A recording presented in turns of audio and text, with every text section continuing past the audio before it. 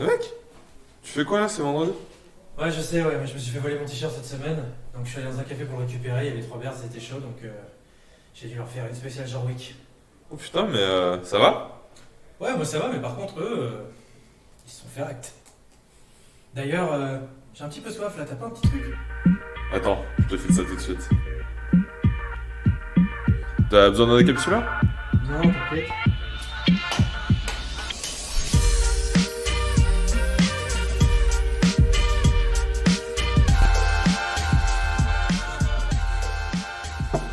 Salut les Kryptoniens, c'est Jarwick, comment ça va? Bienvenue pour ce nouveau numéro de l'Hebdo Crypto, la seule émission où on parle de bière et de crypto. Et à cette occasion, on va faire l'émission le vendredi parce que Jarwick fait ce qu'il veut. Mais avant, un petit coup. Alors on va commencer avec l'analyse technique, comme d'habitude, semaine par semaine. Donc on commence tout de suite avec la market cap totale. Donc on a 522 milliards aujourd'hui. Le BTC qui a perdu quand même 6,90% sur les 7 derniers jours et qui a perdu 2,73% sur les dernières 24 heures. Donc vous pouvez voir, le BTC se tient à 17 710 dollars, enfin 17 735 dollars en fait. Et dans le rouge, donc belle semaine rouge pour le BTC. Ethereum pareil, donc moins 8,82% sur les 7 derniers jours et moins 3,11% sur les dernières 24 heures. Donc là en fait on a un Ethereum qui se tient à 541 dollars, sachant que la semaine dernière en fait l'Ethereum il était à 571, donc il a perdu à peu près 30 dollars par rapport à la semaine dernière. Et le BTC lui de son côté qui est à 17 744 maintenant. Avant, la semaine dernière, il était à 18 791. Donc en fait, le BTC a perdu 1000 dollars et l'Ethereum a perdu 30 dollars. Donc au niveau de la market cap, alors qu'est-ce qui se passe aujourd'hui? Donc on a la market cap qui est à 526 milliards de dollars, sachant que la semaine dernière, on était à 571 milliards de dollars. Donc la market cap en fait a perdu à peu près 25 milliards de dollars, donc 5% sur les 7 derniers jours. Ensuite, au niveau de la dominance, alors BTC dominance, on a le BTC qui est avec une dominance de 62,81% aujourd'hui et la semaine dernière il était à 63,02, donc il a perdu 0,20 points de dominance, et l'Ethereum est à 11,72% de dominance alors que la semaine dernière il était à 11,74%, donc l'Ethereum est stable par rapport au Bitcoin en fait sur la dominance. Ensuite, on va parler du Scalpex Index, donc pareil, toujours agrégateur de data, donc on voit, là on est toujours dans le Fear and Greed Index à 89%, donc à mon avis il va y avoir une correction très prochainement. On a déjà vu le Fear and Greed dégonfler depuis 98 quand on a tapé les all-time high à 19,4, et là en fait comme vous pouvez le voir en fait sur le Scalpex, vous avez le BTC qui est en train de descendre, il est en train de faire des M dans des M dans des M, vous avez le Social Index en fait qui est en train de passer en négatif, et par contre vous avez l'Open Interest qui est en train de monter à faire mesure que le cours descend, donc ça veut dire qu'il y a beaucoup plus de gens qui sont en train de shorter sur la descente en fait du BTC. Ensuite, au niveau de Beacon Chain, donc Ethereum 2.0, donc où est-ce qu'on en est maintenant cette semaine? Donc on a 955 000 Ethers qui ont été stackés et maintenant le réseau compte 29 867 validateurs et on a 12 840 validateurs qui sont en attente de rentrer sur le network. Donc là, le réseau par rapport à la semaine dernière est en train de grossir de plus en plus. On est déjà à l'époque 2248-2250 et donc voilà, ça se passe bien. Donc Ethereum 2.0 fonctionne correctement, les époques se suivent les unes après les autres, elles se finalisent, il n'y a pas de souci, le stacking commence sur Binance, sur pas mal de plateformes. Donc voilà, rien de plus à dire sur Ethereum 2.0. Ensuite, on va parler d'analyse technique. Alors, l'analyse technique, on va parler du BTC aujourd'hui. Alors, qu'est-ce qui se passe sur le BTC? Donc, même chose que la semaine dernière. En fait, il ne s'est pas passé grand-chose. Donc, je reprends le all-time high donc à 20 000 dollars de décembre 2017. Ensuite, long-term résistance. Et là, en fait, on a pété... on a fait un double top en fait à 19 900, 19 800. Et comme j'ai expliqué la dernière fois, en fait, sur BTC, on avait fait un triple top. Donc, on a fait un top à 19 500, un top à 19 800 et un top à 19 400. Donc on commence à voir ce qui s'appelle en fait un smiling setup, et vous savez qu'en fait quand on commence à voir un smiling setup, c'est une figure de retournement potentiel qui préfigure en fait un retournement du cours ou une correction. Donc du coup au niveau du BTC sur le cours, donc on regarde les oscillateurs. Alors très intéressant ce qui est en train de se passer, on a le MACD qui est toujours en montée, par contre on a des divergences sur le RSI en weekly, donc ça faut commencer à faire vraiment super attention. Comme je vous avais expliqué en fait, La semaine dernière, on était sur des niveaux super dangereux au niveau du RSI, on était à 87.4, donc ça préfigurait en fait un retrace. Et là, en fait, ça n'a pas loupé, donc on a le BTC qui a corrigé de 19 800 jusqu'à 17 700. Et à mon avis, je pense qu'au niveau du retracement sur le BTC, il y a quand même encore du downside possible en fait, afin de laisser le marché un peu souffler. Et le prochain objectif en fait de baisse sur le BTC pour recharger, ce serait plutôt ici, autour des 16 297, donc 16 300 en haut de la long terme résistance, qui agit donc comme une dalle de béton pour pouvoir retenir le cours à la baisse. Donc là pour l'instant on a eu, vous savez, on a eu ce mini crash en fait sur le BTC où il est descendu à 16 500. Là en fait maintenant on est à 17 700 et en gros si vous voulez ce qui se passe c'est que là le marché commence à faire des moins hauts et commence à faire des plus bas. Donc pour moi on est dans un range en fait correctif et à mon avis je pense que là on va pas casser les 20 000 tout de suite comme je l'avais expliqué la semaine dernière, on va plutôt je pense ranger entre cette zone là qui se pose en fait entre 17 400 et 19 800, donc là on est dans un range. Et à mon avis, je pense que la probabilité de résolution elle est plutôt baissière en fait en ce moment parce que en fait on est quand même super extended sur le RSI. Et à mon avis, je pense qu'il y a moyen qu'on descende ici et qu'on tape sur la long terme résistance à 16 382, sachant qu'aujourd'hui on est vendredi c'est le Friday sell-off, donc à mon avis je pense qu'il faut sortir les shorts, hein, pas pour aller à la plage mais pour faire du fric. Donc voilà, donc au niveau du BTC, donc c'est à peu près tout, oscillateur donc en baisse, première target sur le BTC, donc on avait 17 443 qui était le retrace à 23,6 depuis le mouvement en fait à 9 846 qui s'est fini à 19 800, donc 23,6 c'est 17 400, mais d'habitude le BTC en fait retrace sur le golden ratio, donc le golden ratio c'est 61,8, donc en fait si on doit retracer tout ce mouvement, normalement, la logique voudrait qu'on descende jusqu'à 13 600. 13 600, c'est vraiment la target ultime de retracement et à mon avis, je pense que c'est le meilleur point d'entrée possible pour les investisseurs qui ont loupé le train de la première vague pour aller récupérer du BTC en fait un peu moins cher. Donc en fait, sur le BTC, je pense, le pire, ce serait que ça retrace à 13 600, sachant que si ça retrace plus, c'est plus du tout bullish. Donc là, en fait, du coup, sur le BTC, moi, je vous conseille de vérifier les paliers de retracement sur ce niveau-là. Donc vous avez un palier de retracement à 23,6 qui est à 17 400, donc on l'a déjà quasiment franchi. Ensuite, on a 38,2 qui est à 16 000 $. Et on a 14 800 à 0,50. Et ensuite on a 61,8, donc on a 13 600. Mais à mon avis, je pense, regardez cette dalle de béton ici, 13 600, à mon avis, 16 300, excusez-moi. Donc 16 300, je pense qu'à mon avis, c'est le niveau critique qui va en fait définir si on va aller plus bas ou si on va recontinuer à la hausse. Donc en gros, au niveau des hypothèses, hein, ce qui peut se passer sur le BTC, c'est qu'à mon avis, on va descendre sur 16 300. Peut-être qu'on va faire un bouncy bounce, hein, comme dit Crown Crypto Cave. Et peut-être soit en fait on remonte, ou alors on se casse la gueule et on descend sur le palier principal précédent qui est ici à 13 500, donc zone d'intérêt majeure sur le BTC. Sachant qu'après un rallye de 9007 jusqu'à 19 000, il y a quand même beaucoup plus de probabilités qu'on descende plutôt qu'on aille vers le haut. Donc à mon avis, s'il nous faut plus d'énergie pour monter vers les 24 000, 25 000, 30 000, il va falloir d'abord aller chercher un peu de liquidité en bas et ensuite revenir vers le haut. Donc en gros, ça c'est pour la vague en cours, donc le mouvement en cours qui a commencé de 9008 jusqu'à 19 007. Donc la target première, moi je penserais à ouvrir des longues autour de 16 300 et si jamais on doit descendre plus bas, il faudrait ouvrir des longues quand même autour de 13 600, c'est vraiment la dernière target. Après, si on doit retracer tout le mouvement depuis le crash Covid jusqu'à maintenant, donc admettons que le rallye est fini, que le bear market commence, normalement la target maximale est à 61,8. Donc 61,8 c'est le palier des 9 931 $, donc c'est le palier auquel MicroStrategy a acheté du BTC, Square Inc. a acheté du BTC, donc voilà, donc c'est un palier intéressant. Je doute qu'on arrive à descendre jusqu'à ce niveau là, mais franchement si on redescend et qu'on fait un full retrace du mouvement précédent, c'est une opportunité inespérée pour acheter du BTC en dessous des 10 000 $, parce qu'à mon avis je pense que le bull market n'est pas fini et quand on va continuer à monter ça va aller beaucoup plus haut. Après donc là j'ai tracé aussi une petite oblique, alors je suis vraiment pas trop sûr de moi, mais j'ai tracé une oblique en fait ici haussière, un canal haussier en fait qui commence à partir du 18 juin 2018 et enfin au support du 18 juin 2018 et la résistance du 26 février 2018 et qui va qui va se passer par le top du 1er juillet 2019 et qui continue en fait comme ça. Donc en gros ce couloir haussier en fait il a déjà été franchi à la hausse. Et justement, la raison pour laquelle je l'ai tracé, c'est parce que je pense qu'il y a quand même une probabilité qu'on réintègre dans ce couloir. Et si on réintègre dans ce couloir haussier, en fait, on va pouvoir ranger comme ça. Et ça, en fait, ça préfigurait en fait un très gros retrace bien profond en fait au niveau du BTC. Mais franchement, pour être honnête avec vous, c'est pas l'hypothèse que je privilégie. L'hypothèse que je privilégie quand même, c'est que on va retracer à 16 300. Et franchement, le pire du pire.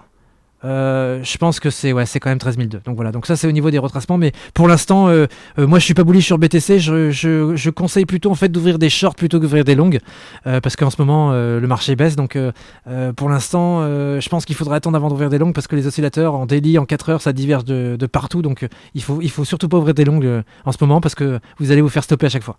Ensuite, on va parler d'Ethereum. Alors Ethereum, c'est un peu le même topo. Donc là en fait. Je reprends Ethereum, analyse technique, donc all-time high 1445 en fait, qui était touché en janvier 2018. Long-term résistance entre 922 et 764. Oblique baissière cassé, rising wedge cassé à la hausse, et ensuite là j'ai tracé en fait un couloir haussier. Donc en fait vous avez un couloir haussier qui s'est formé en fait à partir du 10 février 2020 entre 291 jusqu'à 634. Donc là vous avez une oblique haussière qui commence à monter, et vous avez un autre couloir haussier en fait qui s'est formé à partir du bottom crash Covid à 82 $ jusqu'à le dernier support qui a été connu ici à 362.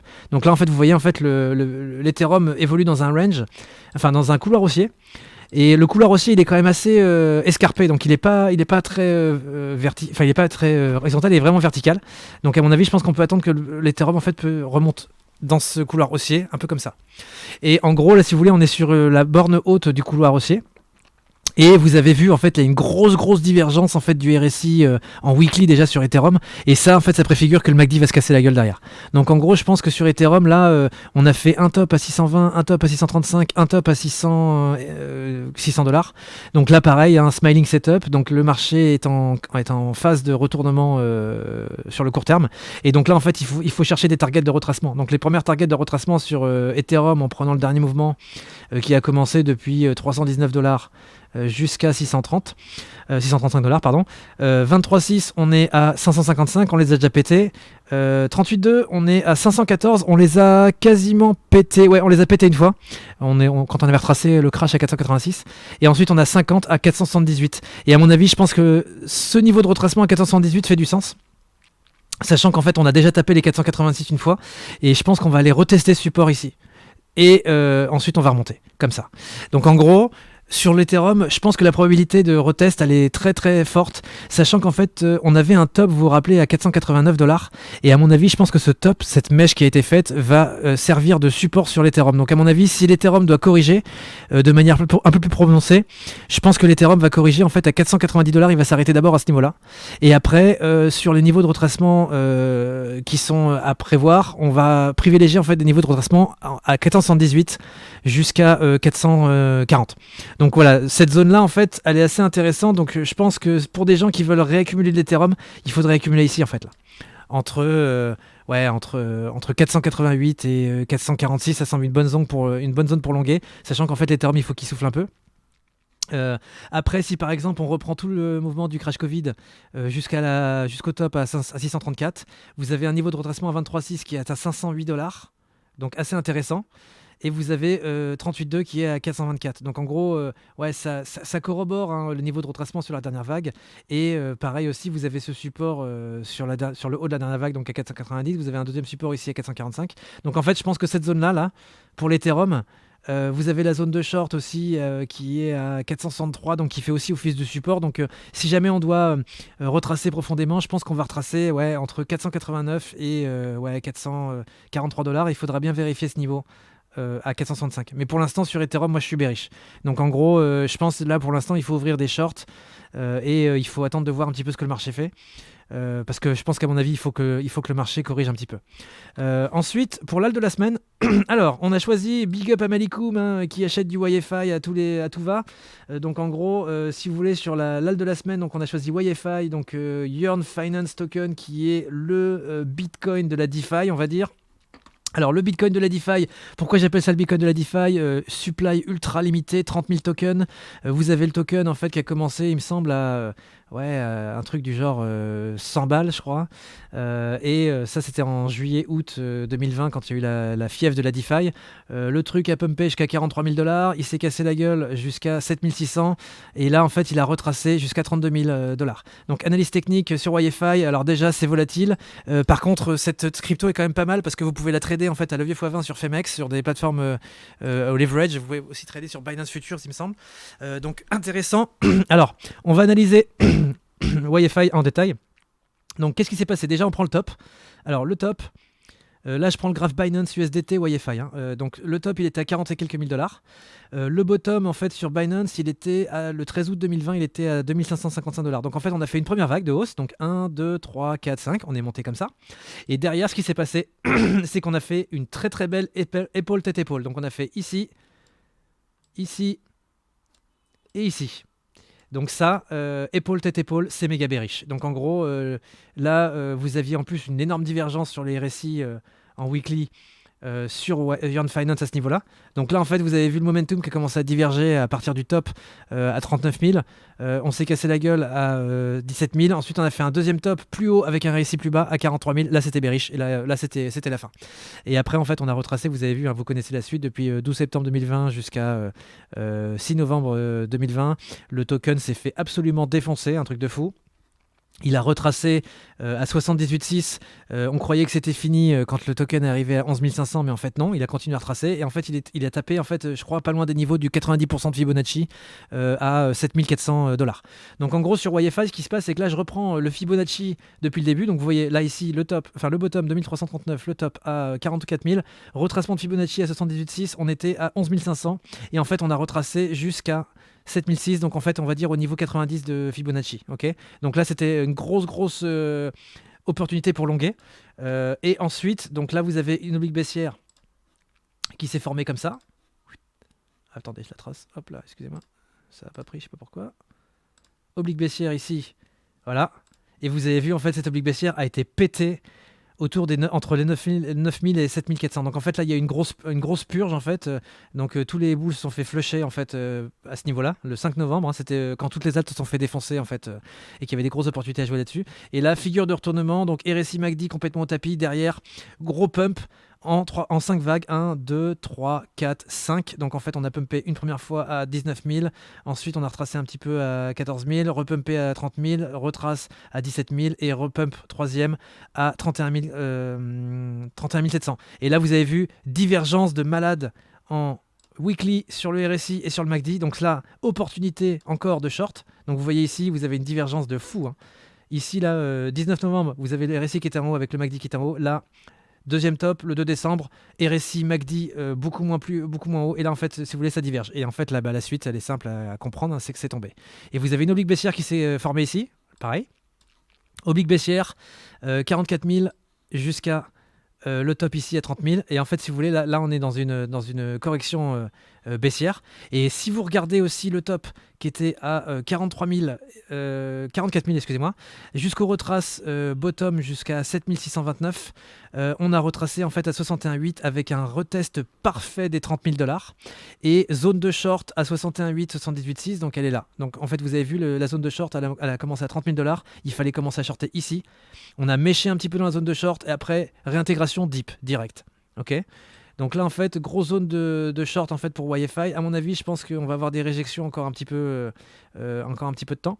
Et normalement, les objectifs sur YFI. Donc alors pour longuer, là, c'est bearish. Donc en fait, il vaut mieux attendre que le RSI et le MACD soient quand même par terre. Et si vous voulez longuer, moi je conseille de longuer autour de cette zone-là. Donc en fait, il faudrait retracer à 16 800 $. Ça, c'est l'objectif 61,8 Golden Ratio de Fibonacci. Deuxième palier à 12 957 $ à 78,6.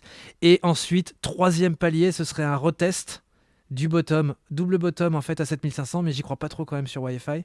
Je pense qu'à mon avis, ce qui va se passer, c'est qu'on va essayer de retracer sur ce niveau-là précédent, qui était en fait le 78,6 de tout le niveau depuis le bottom ultime en fait depuis le listing sur Binance.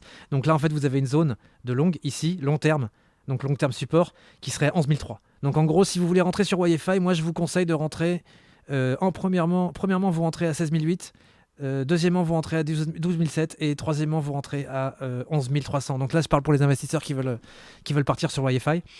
Sachant qu'à mon avis, je pense que Wi-Fi, ce qui se passe, c'est que là, en fait, c'était peut-être une vague 1 suivie d'une énorme correction. Et là, en fait, à mon avis, on va être dans une sorte de vague 3.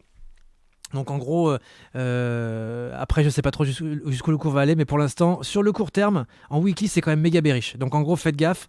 Vous avez en fait ici Wi-Fi qui a retapé les 30 000 zones de short, donc il y a pas le mec qui short sur cet actif-là. Et à mon avis, je pense qu'il va falloir qu'on retape. Soit on va retester les 18 000. Dans un premier temps, soit on va aller 16 008, 12 008, puis après 11 200. Voilà. Mais pour l'instant, sur Wi-Fi, moi je vous conseille pas d'entrer sur Wi-Fi maintenant. Je pense que c'est trop bearish. Il faut attendre des confirmations en weekly. Là, on les a pas. Et en plus, si vous voulez, on a vu que Wi-Fi, ça peut quand même descendre aux égouts. Hein. Donc, il y a quand même moyen que le truc il continue à descendre. Et après, bon, si vous voulez avoir une confirmation bullish, bah après il y a autre chose. Hein. Vous pouvez jouer le break de la trendline. Donc, le break de la trendline ici. Donc, soit en fait, on va taper une épaule tête épaule comme la dernière fois. Donc, on va faire un break de la trendline à 30 000 ou un retest à 30 000. Après, on va se casser la gueule. Ou alors, on va essayer de remonter plus haut. Mais pour l'instant, moi sur Wi-Fi, je suis bearish. Donc pour l'instant, il faut attendre les niveaux. Moi, je rentre pas sur Wi-Fi. Hein, je rentrerai plus tard, je pense, quand ce sera un peu plus intéressant. Mais là, pour l'instant, c'est pas un bon moment pour investir. Donc voilà. Donc sur les techniques, j'ai fini. Et on va passer sur les news de la semaine. Et merci beaucoup. Allez, à plus. Ok, alors on va passer sur les news de la semaine CoinMarketCal comme d'habitude. Hein. Donc on a sélectionné 4 événements pour la semaine prochaine. Alors le premier événement que personne ne va louper bien sûr, c'est la distribution du Spark Token XRP. Donc XRP en fait est déjà en baisse depuis son top à 78 centimes jusqu'à là on est à 0,55. Donc il est en baisse de moins 2,46% sur la journée. Et en fait Spark va être distribué donc en fait à 1h du matin samedi heure française, donc 8h du matin heure chinoise samedi. Donc en gros à mon avis je pense qu'on peut s'attendre à un gros dump sur XRP. Moi je suis pas trop bullish. À mon avis je pense que les gens ils vont prendre leur airdrop et à mon avis je pense que les whales ils vont essayer de reg tout le monde avant que l'airdrop se passe. Donc voilà, c'est mon opinion personnelle, mais je pense que voilà, vous voulez l'airdrop, il n'y a pas de souci, mais il faut pas avoir peur d'avoir un moins 50% derrière parce qu'à mon avis ça va faire la même chose que Bitcoin Cash Hard Fork, Bitcoin SV, enfin un truc comme ça. Donc voilà, donc ça c'est pour XRP. Deuxième chose, Polkastart. Alors la grosse plateforme que tout le monde attend, Polkastart en fait c'est vraiment la plateforme de Polkadot qui va lancer en fait Polkastarter et en fait ça va être lancé le 15 décembre 2020. Donc plateforme de crowdfunding en fait sur Polkadot pour toutes les IPO, enfin les ICO sur Polkastarter ou ce qu'on appelle en fait les Initial Chain Parachain Offering. Voilà, donc ils appellent ça IPO. Donc c'est quand vous faites des ICO sur Polkadot, vous faites en fait une IPO qui s'appelle une Initial Parachain Offering parce qu'en fait Polkadot va vous mettre sur une chaîne, une parachain du réseau Polkadot. Ensuite, vous avez Ion, big up aux Canadiens en fait, Ion qui vont faire leur hard fork le 16 décembre. Donc en fait, ils vont faire un hard fork sur le Ion Network. Donc c'est pas un coin split, hein, c'est juste une upgrade du réseau. Mais voilà, donc vous avez Ion qui fait son hard fork le 16 décembre. Et enfin, on a Stellar. Alors ça, c'est big up à Kalel. On en parlait tout à l'heure au téléphone. Donc le 11 décembre, aujourd'hui, donc Stellar en fait va rentrer sur Binance avec des leverage tokens. Donc vous pourrez shorter XLM USDT. Sur Binance avec du levier et comme vous le savez hein, si XRP se casse la gueule, Stellar va suivre le mouvement. Voilà, donc c'est un petit peu les news de la semaine. Écoutez, j'ai fini et puis bonne soirée et tradez en toute sécurité. Et voilà, c'est fini pour aujourd'hui. Écoutez, j'espère que vous avez aimé la vidéo et en attendant, n'hésitez pas à nous lâcher un petit pouce bleu, à vous abonner à la chaîne et à laisser des commentaires dans la section ci-dessous. Et n'hésitez pas aussi à taper sur la petite cloche pour recevoir les notifications de lorsqu'on fera une nouvelle vidéo. Et aussi, si vous voulez faire des donations pour supporter la chaîne, n'hésitez pas à nous envoyer sur les adresses Ethereum et Bitcoin qui sont dans la section ci-dessous pour qu'on puisse s'acheter plus de bière et faire plus d'émissions. Et en attendant, à la vôtre et bon week-end.